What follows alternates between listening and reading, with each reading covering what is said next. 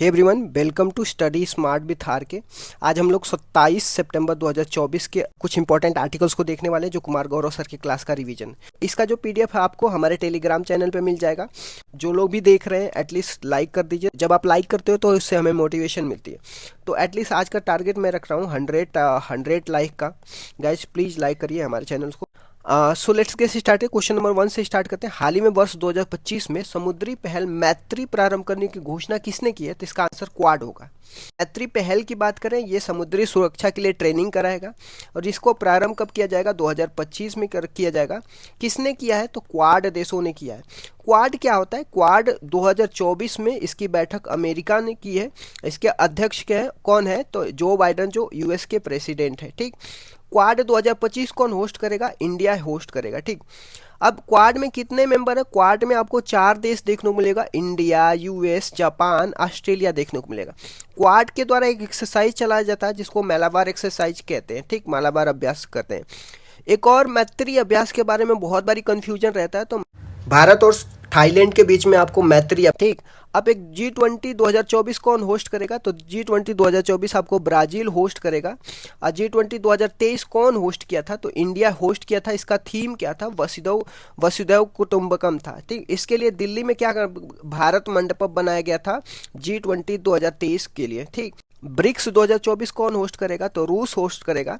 इसमें 5 मेंबर नए जुड़ गए जिसका नाम Iran, Ethiopia, Saudi Arabia, UAE और इजिप्ट है। ठीक। G7 2024 किसने होस्ट किया है? तो इसका आंसर क्या हो गया? पुगलिया, इटली है। ठीक। बात करते हैं एससीओ 2024 होस्ट की, तो ये कजाकिस्तान ने होस्ट किया है, कजाकिस्तान की राजधानी आस्थाना में। और एससीओ का जो 10वां मेंबर है उसका नाम क्या है? बेलारूस है। ठीक। क्वेश्चन नंबर 2 पे आ जाते हैं। हाल ही में समलैंगिक जोड़ों को शादी की अनुमति देने वाला तीसरा एशियाई देश कौन सा बना है? तो इसका आंसर थाईलैंड होगा। थाईलैंड में समलैंगिक शादी को अनुमति देने वाला तीसरा देश हो गया। पहला देश कौन सा? ताइवान है, दूसरा नेपाल है, थाईलैंड क्या हो गया? तीसरा एशियाई देश हो गया जो समलैंगिक जोड़ों को शादी की अनुमति देने वाला हो गया। ठीक। अब समलैंगिक मीन्स क्या होता है? या तो महिला महिला का शादी हो या पुरुष पुरुष के बीच में जो शादी करते हैं उनको क्या बोलते हैं? समलैंगिक शादी बोलते हैं। ठीक। विश्व का पहला देश कौन था जो समलैंगिक शादी को अलाउ किया था? तो नीदरलैंड। और कब अलाउ किया था? 2001 में अलाउ किया था। ठीक। बात करते हैं थाईलैंड की। थाईलैंड ये तीसरा देश है जो समलैंगिक शादी को अलाउ कर दिया है, जिसकी कैपिटल आपको बैंकॉक देखने को मिलेगा। यहाँ की मुद्रा क्या है? बहात है। और इनके पीएम का नाम क्या है? थावेशिन को कोर्ट ने क्या कर दिया था? हटा दिया था। और नए पीएम कौन है? इनका नाम सिनो वात्रा है। ठीक। क्वेश्चन नंबर 3 में आ जाते हैं। हाल ही में 9वीं एशियाई अवसंरचना निवेश बैंक के बोर्ड ऑफ गवर्नर की बैठक कहाँ पे होती है? तो ये आपको देखने को मिलेगा समरकंद में देखने को मिलेगा, उज्बेकिस्तान की राजधानी है। अब बात करते हैं एआईआईबी की बात करते हैं, तो एशियन इंफ्रास्ट्रक्चर इन्वेस्टमेंट बैंक बोलते हैं। इसको कब बनाया गया था? 2016 में बनाया गया था। इसका हेडक्वार्टर आपको कहाँ पे देखने को मिलेगा? बीजिंग में देखने को मिलेगा। सबसे बड़ा पार्टनर कौन है एआईआईबी में? आपको चीन, जो जिसकी हिस्सेदारी कितनी है? 30% है। भारत भी एआईआईबी में शामिल है जिसकी हिस्सेदारी 7.74% है। ठीक।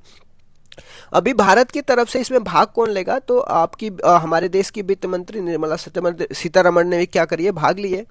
और एआईआईबी का न्यू मेंबर कौन बना है? नौरू। और ये आपका 10th मेंबर बना है।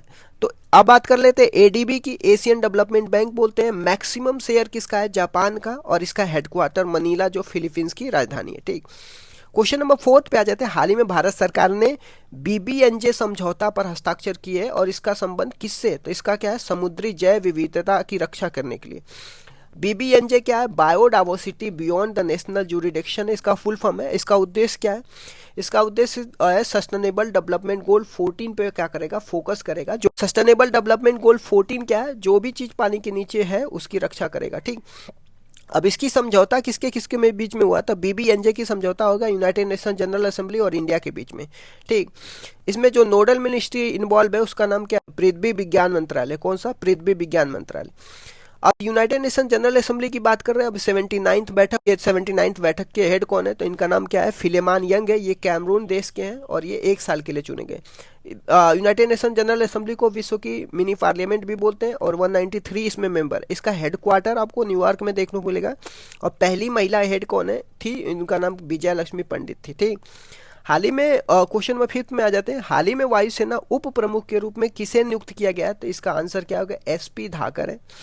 अब बात करते हैं एयरफोर्स की। एयरफोर्स की स्टेब्लिशमेंट कब किया जाता है? 8 अक्टूबर 1932 में किया जाता है और 8 अक्टूबर को एयरफोर्स डे मनाया जाता है। इसके हेड कौन है? अमरप्रीत सिंह है और उप प्रमुख कौन है? एसपी धाकर है। क्या नाम है? एसपी धाकर है। ठीक।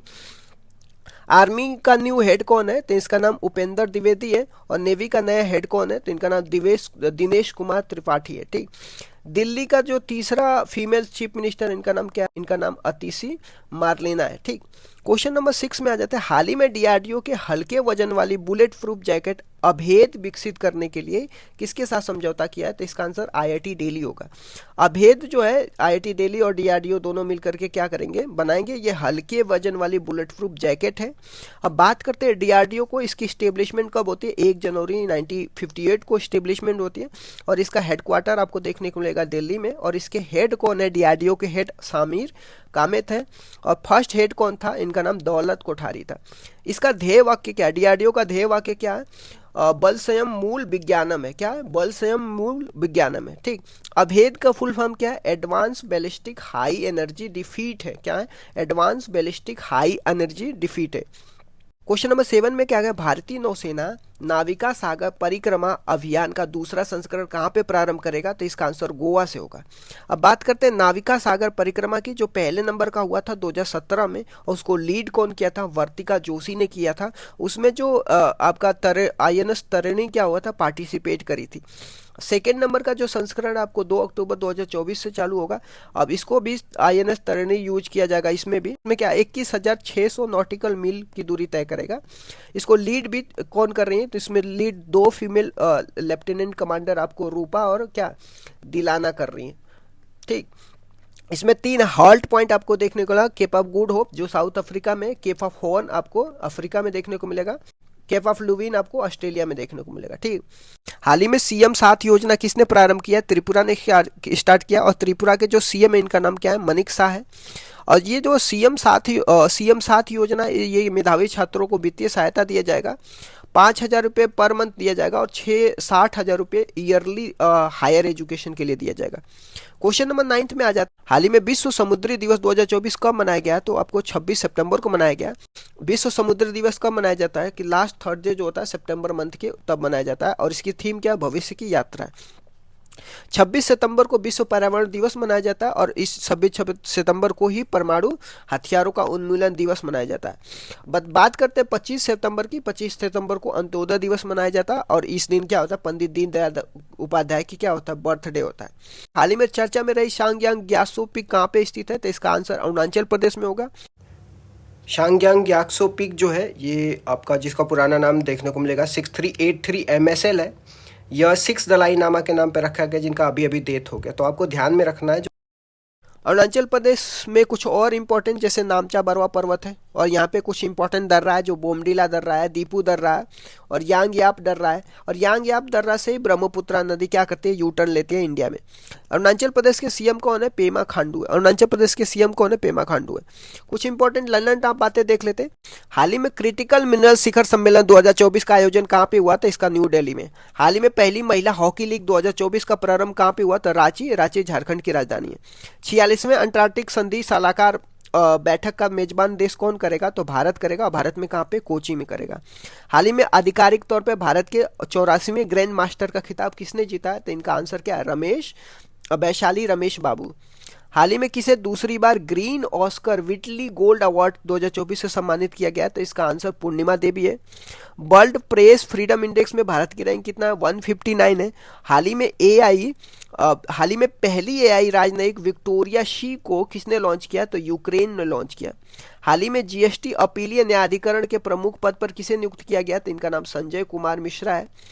महिला T20 वर्ल्ड कप 2024 का आयोजन कहाँ होगा? तो बांग्लादेश में होने वाला है और था, लेकिन इसको चेंज करके यूएई में कर दिया गया। हाल ही में कांस 2024 में मानस पामडी और से किसे सम्मानित किया करने की घोषणा की गई? तो इसका आंसर क्या? मेरिल स्ट्रीप है। हाल ही में पुरुष और महिला दोनों वर्गों में थॉमस और उबेर कप 2024 के विजेता कौन है? तो इसका आंसर चीन होगा। और जो उबेर और थॉमस कप किस में दिया जाता है? बैडमिंटन में दिया जाता है। हाल ही में बैटलिस्ट चंद्रयानी का संबंध किससे है, जिसका नामकरण 3 मिशन के नाम पर किया गया था। इसका संबंध किससे? समुद्री टार्डिग्रेड से संबंध है। हाल ही में वायुसेना ने कहाँ पे ऑपरेशन बॉबी बकेट चलाया है? तो उत्तराखंड में जंगल की आग को बुझाने के लिए किया। भारतीय और फ्रांसीसी सेनाओं के बीच में 7वां संयुक्त सैन्य अभ्यास शक्ति 2024 कहाँ पे प्रारंभ होगा? तो मेघालय के उमरई में होगा। हाल ही में संयुक्त राष्ट्र ने अंतर्राष्ट्रीय फुटबॉल दिवस कब मनाने की घोषणा की है? तो 25 मई को करी है। 30वीं सुल्तान अल्जान शाह ट्रॉफी 2024 के विजेता टीम कौन है? तो जापान है। और ये कहाँ पे हुआ है? मलेशिया में पाकिस्तान को हराया है। और अल्जान शाह ट्रॉफी किससे रिलेटेड है? हॉकी से रिलेटेड है। हाल ही में लॉन्च भारत की क्रांतिकारी जनरेटिव चैटबॉट प्लेटफॉर्म कौन सा है? तो इसका आंसर हनुमान है। हाल ही में भारत में पहली बार कहाँ भारत पर्व का आयोजन किया गया? तो इसका आंसर फ्रांस होगा। हाल ही में साहित्य अकादमी फेलोशिप से किसे सम्मानित किया गया? तो इसका आंसर रस्किन बॉन्ड से। हाल ही में सिंगापुर के 4th पीएम कौन है? इसका नाम लॉरेंस बॉग है। हाल ही में भारत के 85th शतरंज ग्रैंड मास्टर का खिताब किसने जीता? तो इनका नाम श्याम निखिल है और ये तमिलनाडु के रहने वाले। हाल ही में भारतीय वायुसेना स्वदेशी मोबाइल अस्पताल भीष्म का परीक्षण कहाँ पे किया था? आगरा में किया है। हाल ही में किस देश के प्रधानमंत्री रॉबर्ट फीको पर जानलेवा हमला हुआ? तो स्लोवाकिया के प्रधानमंत्री पर जानलेवा हमला हुआ है। हाल ही में दिवंगत गुजरात के पूर्व राज्यपाल कमला बेनीवाल का जन्म कहाँ हुआ था? राजस्थान में हुआ। हाल ही में आपराधिक न्याय प्रशासन पे सम्मेलन का आयोजन कहाँ पे हुआ? तो गुवाहाटी में हुआ और 1 जुलाई 2024 को। हाल ही में किस देश के राष्ट्रपति को हेलीकॉप्टर दुर्घटना में मौत हुई है? तो इसके ईरान के राष्ट्रपति रईसी का। और उनकी जगह पे जो नए राष्ट्रपति उनका नाम मसूद पेजिस्कियन है। हाल ही में पहला विश्व मेट्रोलॉजिकल दिवस 2024 कब मनाया गया? तो 20 मई को। हाल ही में 55 वर्ष की आयु में माउंट एवरेस्ट फतह करने वाली उम्रदराज भारतीय महिला कौन है? तो इनका नाम ज्योति रात्रे हैं। हाल ही में विश्व आर्थिक मंच की यात्रा एवं पर्यटन विकास सूचांक में भारत का कौन सा स्थान मिला है? तो 39th मिला है। हाल ही में अंतर्राष्ट्रीय जैव विविधता दिवस 2024 कब मनाया गया? तो 22 मई को मनाया गया। हाल ही में भारत सरकार ने प्रोजेक्ट ईशान का संबंध किससे है? तो एक देश एक हवाई क्षेत्र से।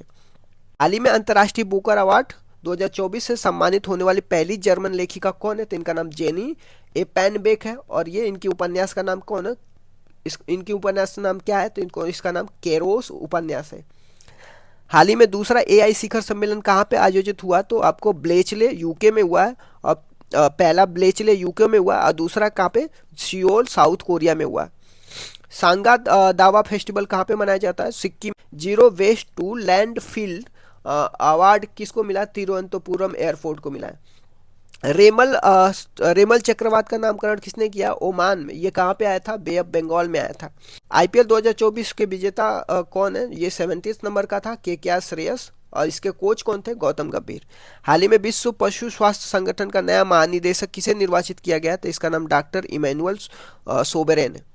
अब आ जाते हैं महाराष्ट्र दर्शन के दूसरी सीरीज में। महाराष्ट्र के जो पहले सीएम थे उनका नाम यशवंत राज चौहान था और पहले राज्यपाल का नाम क्या था? श्री प्रकाश था। वर्तमान में महाराष्ट्र के राज्यपाल कौन है? तो सीपी राधाकृष्ण है। ठीक। फादर ऑफ इंडियन सिनेमा किसको बोला जाता है? दादा साहब फाल्के को बोला जाता है। और इनको 2008 में पद्म विभूषण से सम्मानित किया गया। इनकी फिल्म आई थी राजा हरिश्चंद्र, जो पहली मूक फिल्म बोला जाता है। मूक मतलब साइलेंट फिल्म बोला जाता है। और फर्स्ट बोलने वाली जो पहली बोलने वाली फिल्म थी उसका नाम आलम आरा थी। अब बात करते हैं आशा भोसले के। ये महाराष्ट्र की रहने वाली है। महात्मा ज्योतिबा फुले, इनकी पुस्तक का नाम गुलामगिरी है। और 11 अप्रैल 1827 को इनको जन्म हुआ था और 28 नवंबर 1893 को इनका डेथ हो गया था। इन्होंने क्या? तो ज्योतिबा फुले ने एक सत्यशोधक समाज की स्थापना करी थी 1873 में। कहाँ पे? महाराष्ट्र में। बाल गंगाधर तिलक के बारे में बात करते हैं।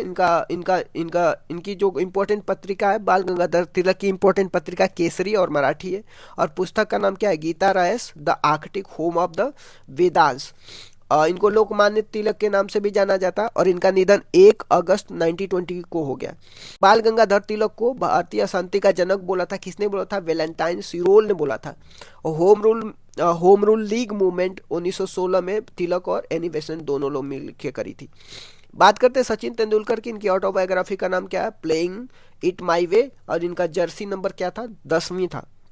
राजीव गांधी खेल रत्न पाने वाले पहले क्रिकेटर थे। इनको 1997 से 1998 में मिला था।